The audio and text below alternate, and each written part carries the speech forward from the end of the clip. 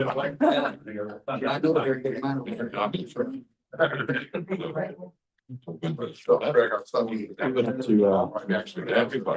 One of my best friends. He's a huge hockey fan, grew up in Jersey. Years and still has that. See the hockey out there. Rangers fan, so we call it the past 4 years. Jackets playing Rangers. Well,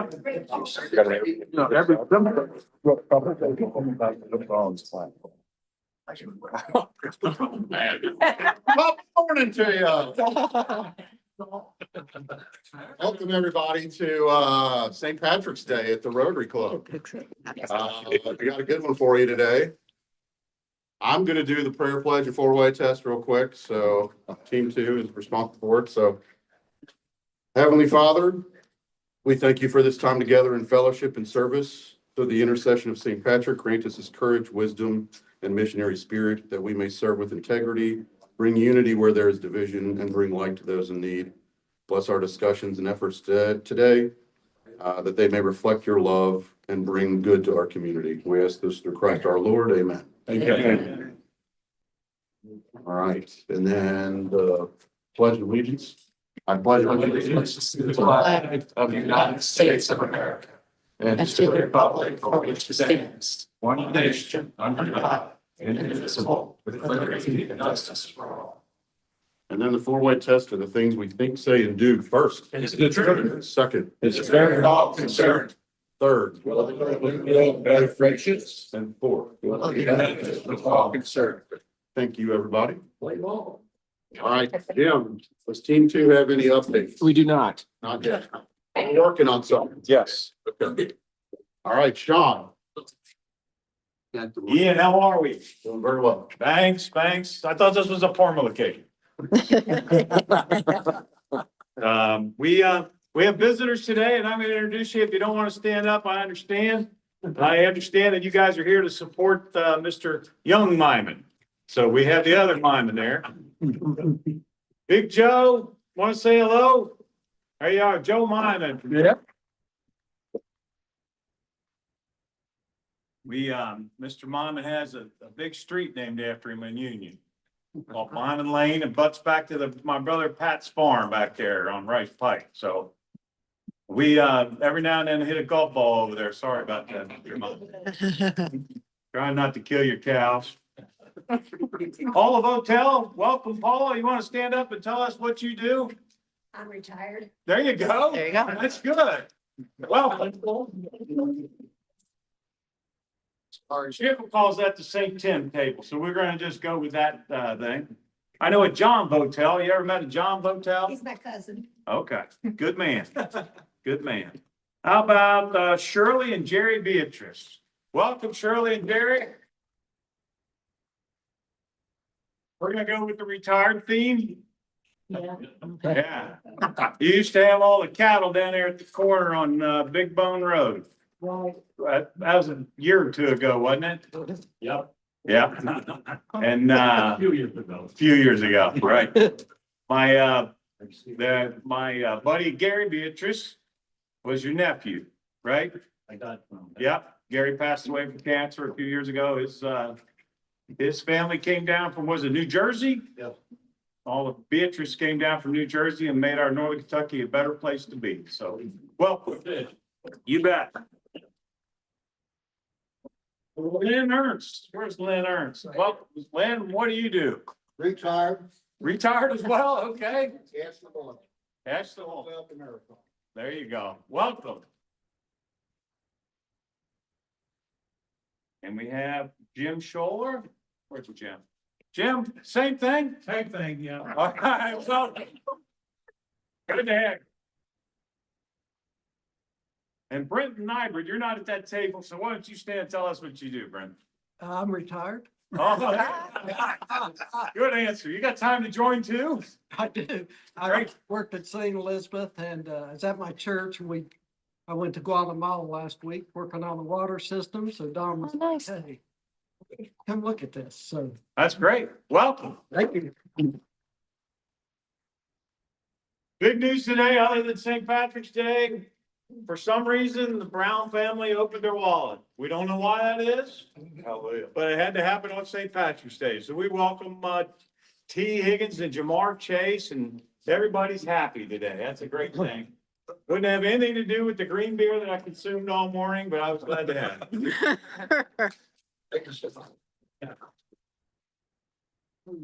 Okay. All right, Greg, would you like to speak about the multi-district conference? Good thing. This week we go to Chattanooga for the President-elect's training seminar.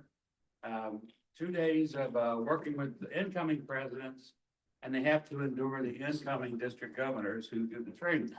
We got 418 people from the 6 districts coming, 50 from our district, which is the most we've ever sent. So it shows that our district is getting excited about Rotary again. I think it's wonderful. In May, we see it on the board, we're gonna have our district conference, but this year we're joining with the district from East Tennessee and the district from North Alabama. North Alabama includes Birmingham, the world's largest Rotary club. Wow. East Tennessee includes Chattanooga, the home of John Germ, our past international president and a Rotary champion, and he will be speaking.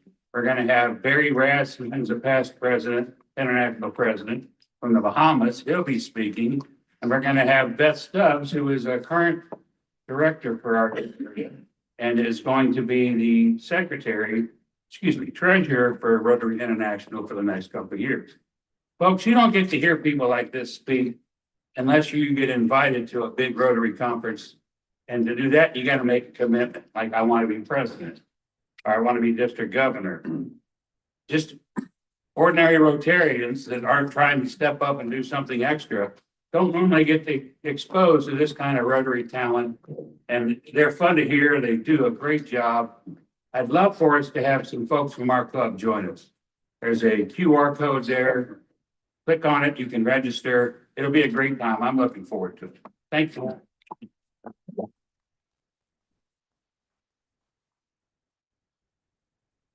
All right, Dave, you want the floor?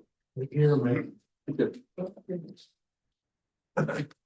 My name's Dave McWolfer. I'm told I'm 25% Irish, so I'm gonna have a green beverage shortly after this meeting as well. We initiated this clothing program for Rotary last week. And in my opinion, it's just a great way as Rotarians, as we're going out into the community doing our events, so whether it's exit interviews, the clay shoot, golf outings, whatever, to wear something that has the Rotary embroidered logo on it. I see us going to the malls as well. And again, it's just all advertising our group and our club to folks. So I have some samples in the back. We're going to keep it simple this time around. Just short sleeve, long sleeve polos, men's and women's, button down dress shirts. We have fleece available. We also have some other pullovers available. So here's the kicker. I need the orders by this Friday, so I will stay afterwards and take any orders, or you can email them to me. I sent the email out over the weekend. It has my email information on it. And the last thing is, this is actually a Rotary fundraiser. So for every single item, individual item that is sold, I'm contributing $5 back to the club. So view that as a fundraiser as well. So any questions, again, I'll be staying afterwards. Great. Thank you, Dave. Thank you.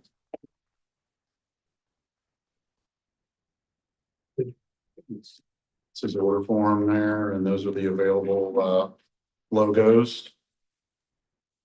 All right. You want to talk about Frankfurt, the trip to Frankfurt? Where's John? John. John or Don? Oh, there. You want me to talk? Yeah, but I'm not telling the story. So we had a great day in Frankfurt on Tuesday. Don and John did a great job organizing the trip. Up in the right-hand corner, you can see we actually had to go to Frankfurt to give Michelle Keller her Paul Harris pin. So that was pretty cool. She enjoyed that. And we met with the Northern Kentucky caucus.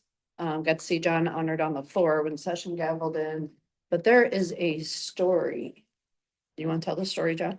Sure. There's a funny story. For those of you who don't know, I have a running feud with Churchill Downs, and the running feud with Churchill Downs is there's no grandstand out at the new Churchill Park, and I was very disappointed about that. And I've been fighting with them about that for probably 2-3 years, well, ever since it opened. But when we were in Frankfurt, we were walking down the hallway, and here comes down the hallway the head guy from Churchill Downs. His name is Bill Karstanian. It doesn't get any more important at Churchill Downs than Bill Karstanian. And next to him was the chief lobbyist for Churchill Downs, who, you know, you have to know a lobbyist mentality. They're trying to impress their boss, number one, and number two, they don't want anything to go wrong. So they stop to say hi to our group. And of course, Sean Carroll was with us, and you know, he's always wanted to speak his mind. So I said, folks, I said, this is Bill Karstanian, the head man of Churchill Downs. And right on cue, Sean Carroll says to him, when are you gonna get some grandstands? So I can have a beer and eat a hot dog with my buddies when I watch a horse race. And the head lobbyist for a guy named John McCarthy, his face got about as red as a fire. It was something you had to see. So the whole trip was worth it just for that one. Yeah. I'm in there. We'll see if we get any. I'll let it know. You get a side contract? No. That's Yeah. the lobbyist right there with his head cocked back. His face is red in the picture. Yeah, yeah. Looked like he was gonna have a heart attack. You got a new Supreme Court too. Yeah, that's Supreme Court's week. So we still are looking for a couple more people to help out with the PR, the meeting prep stuff. Yeah. I think, So thank you to Connie and Tiffany who have stepped up to volunteer. Could use 2 more people. So if you're a person who likes to use LinkedIn, that's a way you could help out. You're just setting up events and making some posts. We give you the content. And even if you're not on social media, we use a tool called Buffer, where you can post to all of our social media platforms at once. It's super easy to do. Again, 15 to 30 minutes a week max. If 2 people, 1 or 2 people could help with either of those 2 things, would very much be appreciated. and thank you to everybody that's considered to it. It is a business. All right, so Cooper and Ryle, we're looking at, exit interviews. Yeah, I think those are pretty well scheduled. Do that. And Dwayne and I had breakfast last Friday. All right, so we do have some official business we have to attend to today. So we need to have a meeting within our meeting here to vote for our president-elect designee and 2 oncoming board members to the club. So I'm gonna have Michelle note the time, please, 12:26. How many members are present? Okay, so I would like to ask for a motion and a second for Matt Turner to be named as our president-elect designee. So move. Second. All right, first from Gary, second from John. And then any discussion? No. All in favor?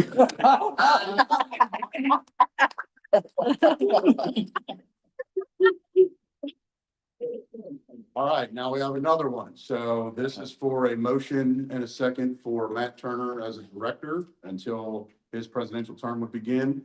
And then for Steve Ellis to join, and he'll be on the full 3-year plan. So I would like to entertain a motion. Barb? Second? Second. Greg? All in favor? Aye. Any discussion? No. All right, so I'll entertain a motion and a second to adjourn. Motion. Second. Second was back. All right, Gary, okay. Greg and Gary, all right, so note the time, Michelle, 12:28. There you go. All right. Thank you, everybody. We got. Got it. All right. What about Steve Ellis? That we just did it. Okay, I didn't hear both names. My hearing's going bad. I'm sure it was both in there. So we've, with those two joining the club, I think the club is full, board is now full. And then, as Julie begins, her term as president of the foundation, we're gonna need some foundation Yeah. members as well. So Yep. we'll plan all that later. All right, we Be- got some Be birthdays. thinking about it. Yeah, yeah. Plant the seed right now. Yep. So we got a whole lot of birthdays here. Steve Ellis, happy birthday. You're on the board now. Thank you. Yeah. It's a big day. Yeah. Connie is with us today, so happy birthday. Don Vollen. Yep. Katie, James. Katie. It's Katie. And then John Schickel. How about that? Happy birthday. Lots of birthdays. All right, now for the main event. Don, would you like to introduce our speaker?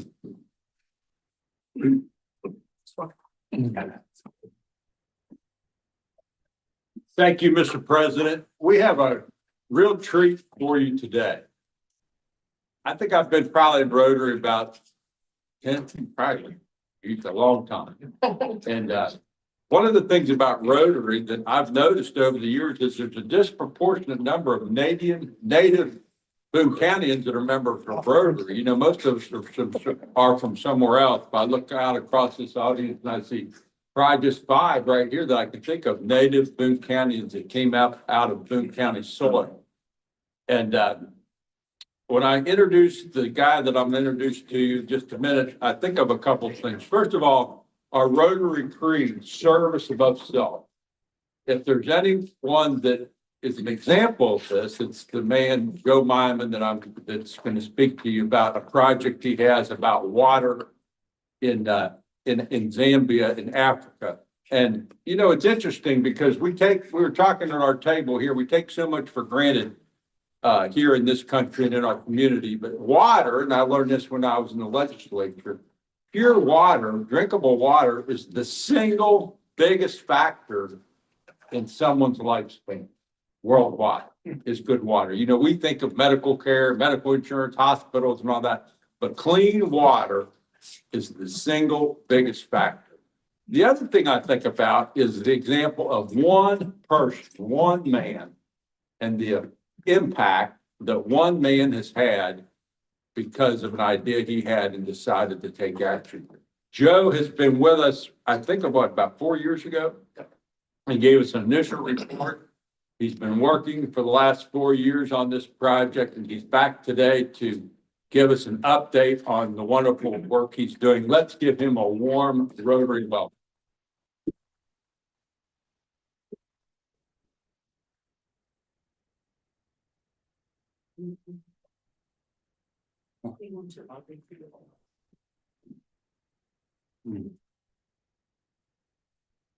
This is gonna take us a second to. Nice guy.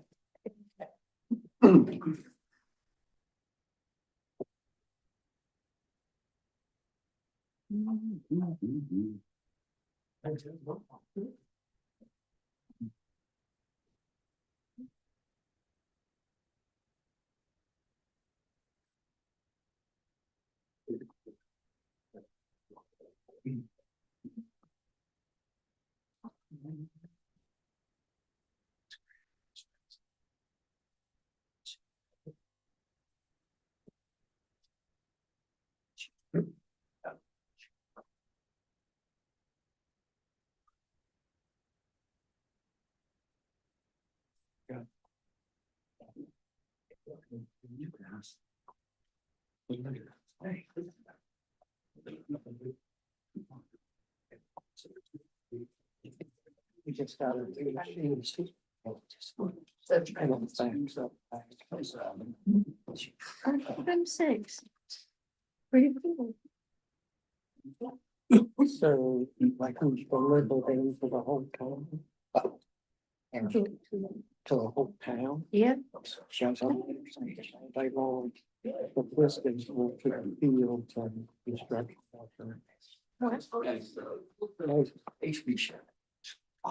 Excited about that.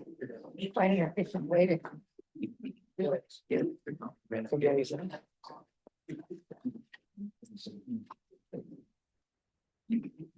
Hey, John. Hmm? That shows we're sending back the water out, like. Wow. Never seen that before. It goes out, like we send the big jugs out to the towns, all the home, but that goes to the fields and construction.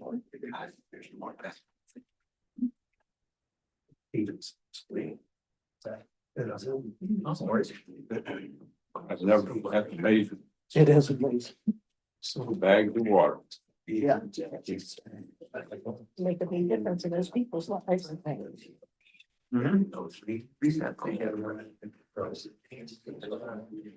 So sad.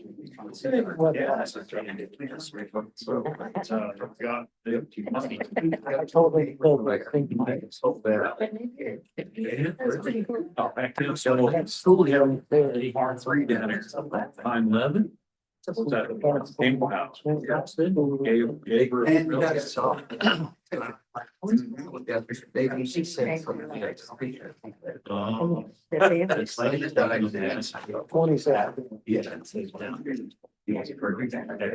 I'm talking, yeah, sure. Just wing it. I need to. Yeah.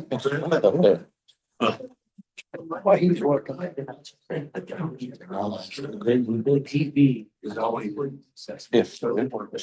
Yeah.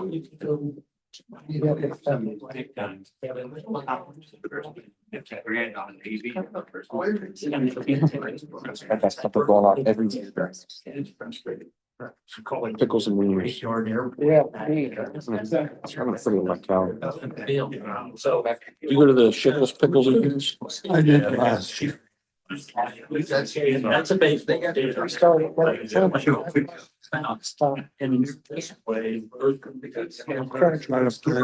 Yeah.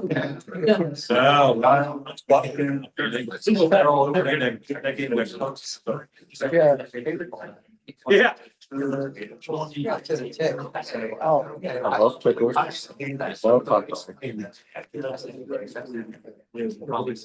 Celebrity guest. Wow. But, yeah. I can talk about too.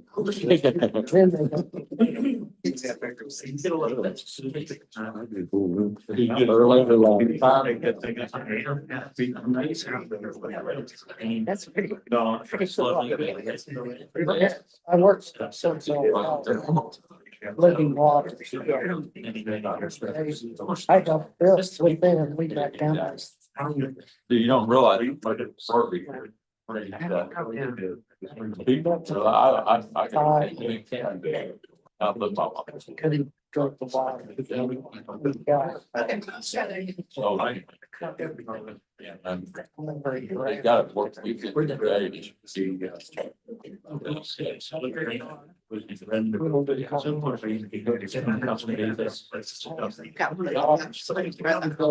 no, yeah, exactly. Oh. That's a lot of people tell me. Well, I agree, he agreed. Why we are so far away? We'll be some phones together. The rooms, then I got it.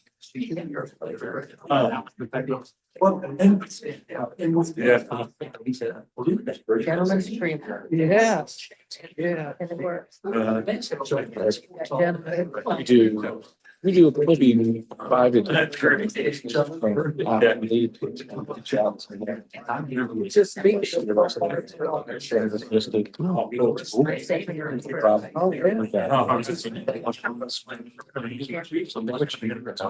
I'm probably. So, what Does they it? did.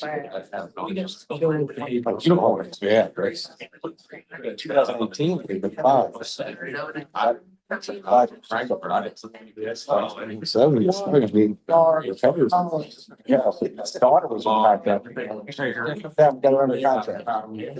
Her boyfriend is. Yeah. It's funny. She's just like other rights. Down if you want to go to. Still makes $21,000. Yeah, motorcycle. $20,000 grant.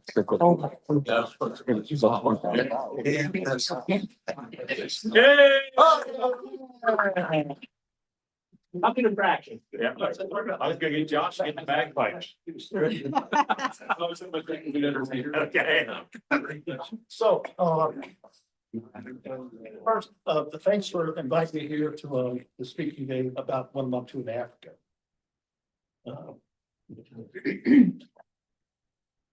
So, I know where I was in 2021. And I was talking to a student, and I made a presentation about what I was up to. And you all seem to be in sick what I was doing. And people ask me, what can I do to fund this? How can Rotary International get involved? But right now, I'm not ready for it. I'm gonna prove myself first in the field. And once I've got a product that actually works, then I'll come talk to you again. That's why I'm here today. So, Republic of Zambia is where I'm working. It's a landlocked country in southern, south central Africa. Here it is on the map. Most of what I'll be talking about today is occurring out here along the Zambezi River in far western Zambia. Far western Zambia, there's in the Zambezi River, there's a thing called the Baratsi Plain. It's a floodplain a couple of 300 miles long and 15, 20 miles across. This thing floods every year. And when it recedes, the Zambezi and its tributaries find a different course. You can see all the oxbows and former routes to the river. It's a very dynamic system. And the people who live there, the Lozi people, live on the edge of the forest and the floodplain. They can't get flooded out, and they rely on the forest for food as well. There are some villages who live on tributaries that don't have streams near the floodplain, and that's where I'm working right now on the Matabella Plain. Well, there's gonna be a lot of dates involved in this presentation, and it really starts in June 2013. I was invited to go to Zambia to co-lead a group of students from Meiman University with my friend Dr. Jonathan Levy. And there I met this guy here, Professor Imasiku Diambe, and we became very good friends. I was asking his life story. Where's he from? How did he get to be the head of the geology department at the University of Zambia? And he talked about growing up in a place called Kalanga Village, which is on the Matabella Plain on the other side of the Zambezi River, and about what life was like there. And we became pals, and for a number of years, my wife and I would take the money we'd spent on Christmas gifts to each other and send it to Imasiku, would then give it to the village to use on whatever they wanted to be used on. And I found myself back in Zambia in June 2019. Well, actually, I was invited to come to Kalanga Village in 2019 to see what the villagers were using this money for. We had no idea. And what it was in 2009, the Czech Republic came in and built a health clinic. That's this building here. What they didn't do, they did not build a house for the nurse. So the Zambian government would not install a nurse for the health clinic. So the villagers took the Christmas money and got until they saved up enough money to actually build the house for the nurse. And that's what brought me out there for dedication of this house. And the house was built, and here's the nurse. It's the only health clinic within 100 miles. And it's a pretty big deal. It's dedicated in memory of my mother. That's the plaque there for her. She was a nurse as well. So when I was in the village, I was introduced to the problem. There's Kalanga Village. And they took me into the compounds, told me about how life was there. And one of the old farmers was talking to me. He said, I'm a farmer, but look what I have to eat. They had a wooden bowl full of nuts. Because I get these from the forest because there's a drought and I can't grow food. We can't grow enough food. He says, can you make it rain? And, you know, this is kind of a tall water, but I got this around and their source of water, because it's miles and miles from the Zambezi River, they can't use that source. They dig a hole in the sand until they get water, usually 6 feet, 10 feet down or so, and we have water table exposed, and they dip it out, dip by dip. So imagine this, all the water you like, all the water you drink, cook your meals, wash your babies, water the stock, irrigate your garden, everything comes out of a hole in the ground, dipped out one dipper at a time. So that's kind of a problem. So here we have these people, thousands of people living out here, living on top of a huge reserve of water, only 10 feet below the feet, but it can't really get to it, any kind of volume. So I was racking my brain, how are we gonna do this and that, on the way back to see my phone. Jonathan, here's the situation, how do we get this water out? You see, ever hear a well point? Well, no. Well, here's how it works.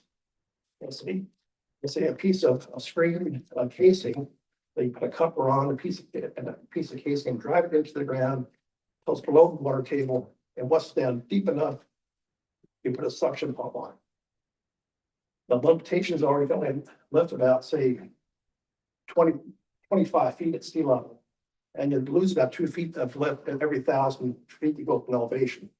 And Kalanga Village is about 3,000 feet elevation. So we can lift around 21 feet max. Everything is working right. So it sounded like, hey, this could work. So in November 2019, I self-funded an expedition as a pilot study. Can this work? So I bought a bunch of equipment and headed back out to Kalanga Village. And we started pounding these things into the ground. Have tripod, block and tackle. We are putting together. Of course, the whole turns out we're the biggest show in town, and we knock these things into the ground with great hassle. But we're doing okay. Because here's how they're getting water. This little girl here, her job is dip water out, and it takes her about half hour to 45 minutes to fill a bucket. The situation went from that to this in about 6 hours. So that's pretty cool. Wow. So we installed 4 of these things in Kalanga Village and one other in a small town along the way. And said, maybe I'm on something here. So in the spring of 2020, I should say 2020. Spring 2020, I decided to form a nonprofit. And there's a lot of red tape involved in this stuff. But I've worked for the National Park Service for 30 years. I'm really very tolerant to a lot of red tape, so I can. So I started this thing up, so I think, you know, I can't do it on my own. I need other folks to help out. So we decided to call this thing Project Sheluka, as Sheluka is a native word for water coming up from the ground. It seemed appropriate. So then said, well, what kind of need do we have? I mean, how many villages do we have? How many people might need this pump? So in Masiko and the system, John drove out the Matadale Plain. And that Matadale Plain is it's about 110 miles long and about 10 miles wide places. There's no surface water along, it's all the sand. And there are villages that line the north and south edge of the Matadale Plain along the forest margin. And they went around to all the villages and took GPS locations on all the villages and wells. And at the end of the day, they found out the need for 110 of these wells. Each of those dots represents a potential spot for a well. So then we assessed the need. We got the nonprofit going. What are we gonna do about pumps?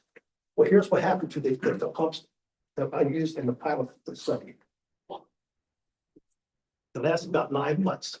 And the deal is, it's not made for community use. This is okay for mom and pa kettle, but it's not be for 100 people to be using it, kids and all kinds of stuff. So I had to find a better pump. I mean, there are people who make really, really good hand pumps. It's a Bison pump, make them out in Reno, cost about $1,000. I want to find a pump that we can actually maybe make in Zambia out of materials available in Resaca and be able to be fabricated by machinists without a whole lot of training. That's how I'm good.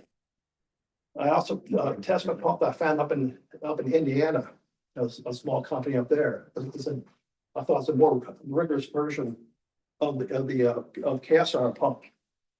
So I rigged up a test stand here, ran this thing, simulated about 400 days of use. It worked great. We installed one out in Kalanga Village, and it was broke before Christmas. So back to the drawing board.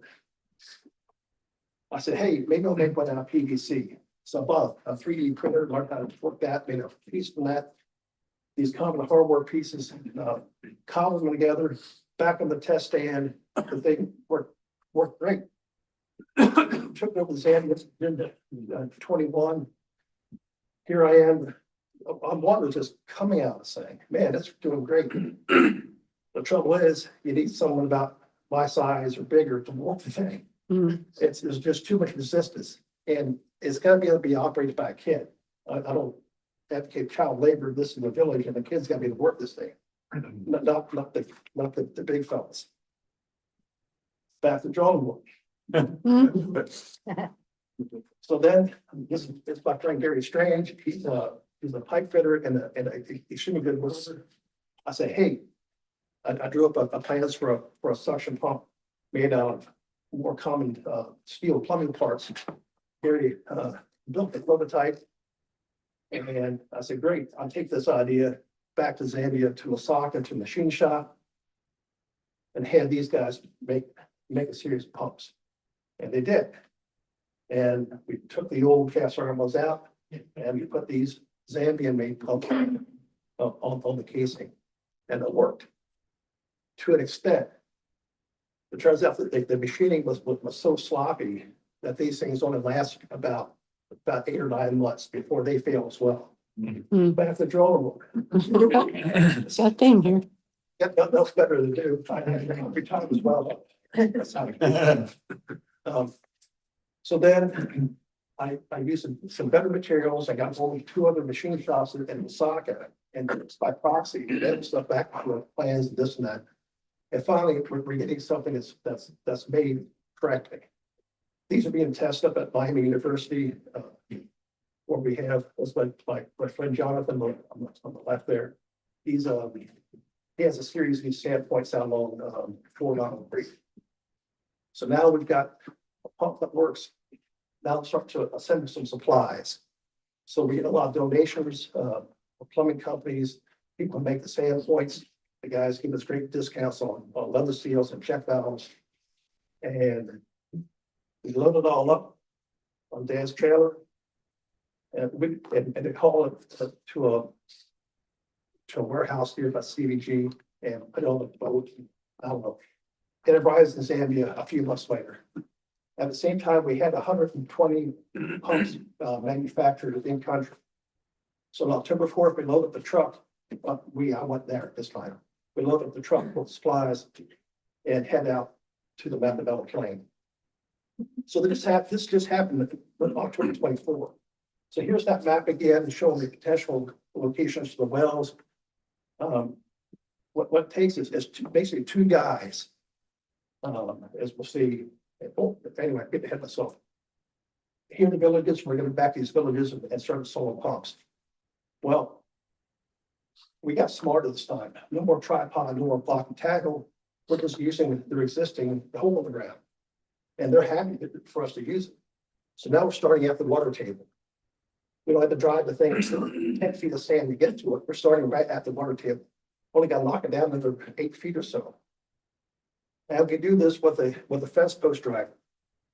Everyone's getting involved here, but basically 2 guys. And really 2 guys in about 2.5 hours can install one of these things. From a hole in the ground to a working pump. Doesn't take any big equipment. doesn't take a drill rig, doesn't take anything, but the three sections of pipe, four couplers, a sand point, and dryer. So, I invite y'all to check out the website. There's some stuff laying on the tables here. You go, there's a Google map on the website that shows the villages where we have installed pumps. First thing we're finding out, if you go to a village, install the pump, word's getting out, people are hearing about it. So we're going next. We're going next to, well, how about our village? Well, you didn't know about your village. You must see our village. What? We're finding out there's 30 or 40% undercount in the 2020 survey. It's a lot more people out there than we thought. So you can't walk past somebody that says, no, you don't get any water. Well, the next guy, it's a humanitarian. Yeah, you can't do that. So yeah, everyone gets a pump. In the Zoom on the website, you'll see the actual pump. If you click on any of the symbols here, you'll get an actual photograph of the pump in the village. In this case, it's a school. Here's one in the village. So since October 24 to about mid-January, we installed 116 pumps. The BSP is an acronym for a Bratzi strong pump. That's what they like to call them, from the Bratzi plane, the Bratzi strong pump. So 116 of these pumps, including 4 schools, 3 churches, and the health clinic, and the rest are all villages. The primary goals for 2025 is an additional 200 pumps. We're going to do a full maintenance inspection and make sure everything is operating correctly. We've already done 2 of them so far since October. Everything is working fine. Then we're looking to expand the effort beyond the Matabella Plain. We chose Matabella Plain because it's the hardest. These people are the greatest need for water. They can't walk to a we're going to see what else is out there. Oh, ever since I started this thing, people say, well, how much, what's the cost for a pump? The total cost from selling stuff here to shipping it to Zambia to all the stuff. And it comes out to about $400. That's the total cost of the entire cost for a pump. Installation, the whole works. Now, hopefully this is going to work.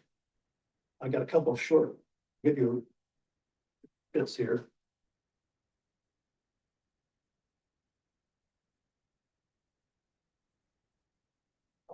Oh, it's not going to work.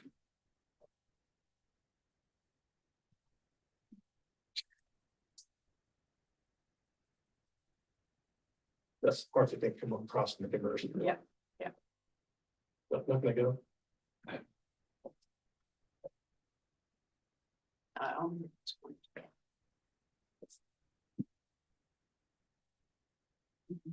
right, so I'm sorry about that. It didn't make it. Anyways, this is one of the headmen of the village on water. One of the things we do is we go to the village. I should point out that none of these villages, people don't have money. Not like they're lazy or anything. They just don't have money in their lives. Everything's done by barter system. So we come in and we make this a gift to the village. The head man of the village and the council appoint a water guy.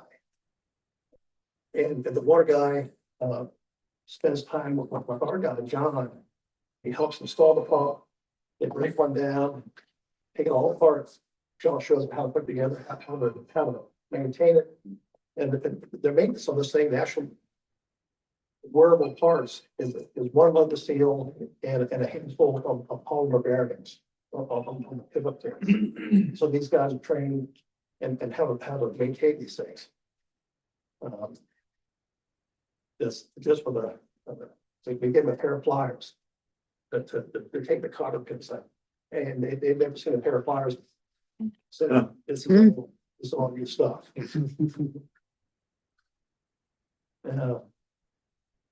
We have one of the things that I'm really happy is we have community buy-in.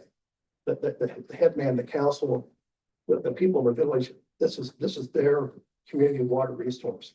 And it's become a pretty big deal. And I've been there when you see their faces. And they recognize immediately their lives change from dipping water out of the hole ground to having the kid go out there and fill up a 5-gallon bucket in about a minute. At school, anyways.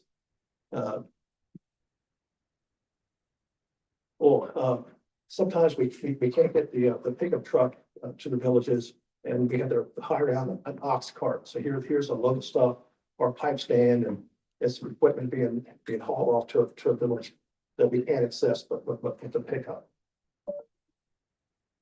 Yeah, that's all I have. Questions? So sorry about going over it.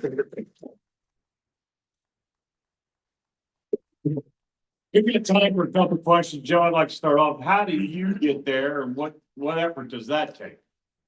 Well, I fly to the capital of Osaka. Then I get a truck or whatever's going that way. It's about 15-hour drive to the Zambezi, then across that, it's all sand roads and things. So how long's the flight? Total airtime, about 21 hours. So you got about 3 days committed before you even get to. Oh, yeah. Okay. Your eyes went crazy, but Yeah, well, what you're doing is amazing. It's really kind of neat that one person can still make a difference in this world. Thank you for what you do. Yes. One more question? Hey, Joe. Young Joe, yes. Yeah. Did you mention, I don't hear that well. Did you mention how many people you think are getting water out in the wells? No, I haven't. We have with 116 wells in, not counting the churches or the schools, because there's people live in the community as well. I believe we're up to about between 6,000 and 7,000 people. Hallelujah, yeah. All right, Paul, last question. Have you encountered any kind of like heavy metals or things you have to water? Well, we haven't, we don't have the needles to test for all that stuff. What we have tested for is bacteria in a peri-urban area where we work with Miami students. And we're seeing a great reduction. What we're seeing is bacteria through the pump, comes forth with a giant sand filter. As far as medical things, we haven't.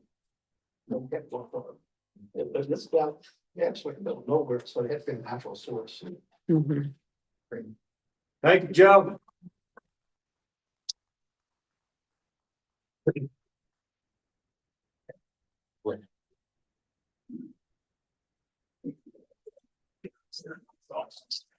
So thank you, Joe, for your presentation today. I mean, this is really the Lord's work that you're doing. So talking about making lives better and things like that. I mean, there's no better use than that, I'll tell you. So thank you. Sounds like a good Rotary project. Yeah, absolutely. So next week, we're going to be off. That's going to be our one meeting a month off. Coming up in 2 weeks, the 31st, we will have Melissa Kelly from Odyssey Financial Advisors. She's going to be coming out, I think, talking about fraud and. No, it's the market, how to. And market fluctuation and stuff. So anyway, our meeting host will be Team 3. So go enjoy a green beverage or some. So that meeting is the last meeting we'll be collecting the personal care items for Okay. hospice. So if you forgot them today, put them by your door until the 31st. Okay. We do have a good. We have a collection bunch here, that so. people brought today. Really appreciate it. And then everybody take another pretzel if there's anyone on your table. I don't want to take it all. Drink green beverage or eat some green spaghetti, whatever you're gonna do, but have lunch with a Rotarian next week. All right. Great.